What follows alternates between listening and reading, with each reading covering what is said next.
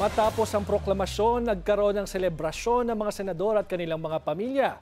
Yan naman ang binabantayan ng ating kasamang si Ivy Reyes. Ivy, anong mga eksena dyan sa National Canvassing Center sa Maynila? George, mabilis ang pag-usad ng proclamation ng 12 senador na uupo sa upper chamber dahil tapos na ito pagpasok ng alas 5. Ang kanilang 5-minute speeches puno ng pasasalamat at pagdedemand para sa isang United Senate.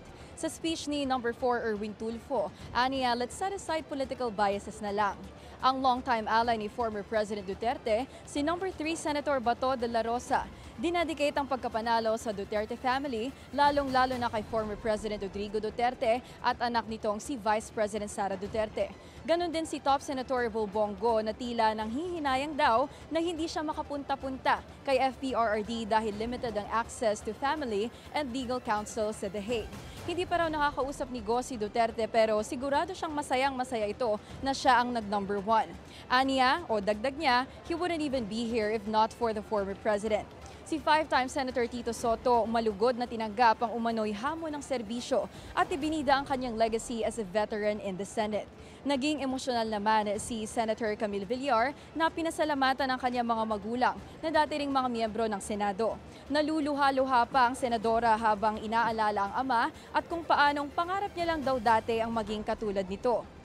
Sinabi rin niya na talagang mahirap ang kampanyang ito para sa kanya.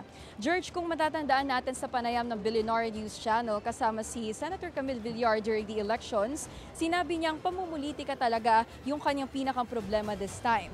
Samantala, kanina sa ambush interview with the media, matapos matanong tungkol sa kanyang plans to visit FPRRD in The Hague, nagbiro si Senator Bato de la Rosa na mukha raw gusto na siyang papuntahin sa Hague sa dami ng tanong tungkol sa kanya o sa opinion niya tungkol dito.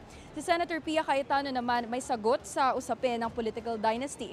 Aniya, just check her performance and see that, her surname has nothing to do with her political record. Ilan lang yan sa mga mabibigat na sagot ng mga bagong senador dito, George. At si No. 5 Senator Kiko Pangilinan, represented ng eldest Pangilinan sibling dahil sa kasalukuyan ay nasa US ang senador for his daughter Frankie Pangilinan's graduation. Ang party mate naman niyang si No. 2 Bam Aquino, nagpasalamat sa umano'y unexpected finish niya sa senatorial race dahil noon daw sa mga survey ay hindi naman siya pumapasok sa Magic 12.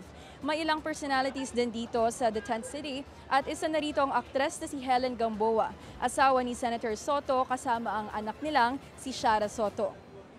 George, isa rin sa kapansin-pansin dito ay ang barong na suot ni Senator Amy Marcos. Dahil kung titingnan maigi, suot ni Amy ang decades-old barong ni former President Marcos Sr.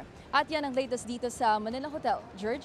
Well, Ivy, if you can describe to us yung demeanor, yung interaction ng mga winning senatorial candidates kanina habang magkakasama sila, knowing na they're from different parties, anong observations mo?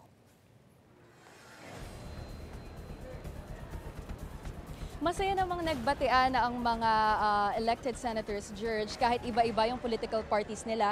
At karamihan sa kanilang mga speeches, in-highlight o in-emphasize na talagang iset aside na yung mga political colors dahil oras na para magkaisa sa bagong Senado. George?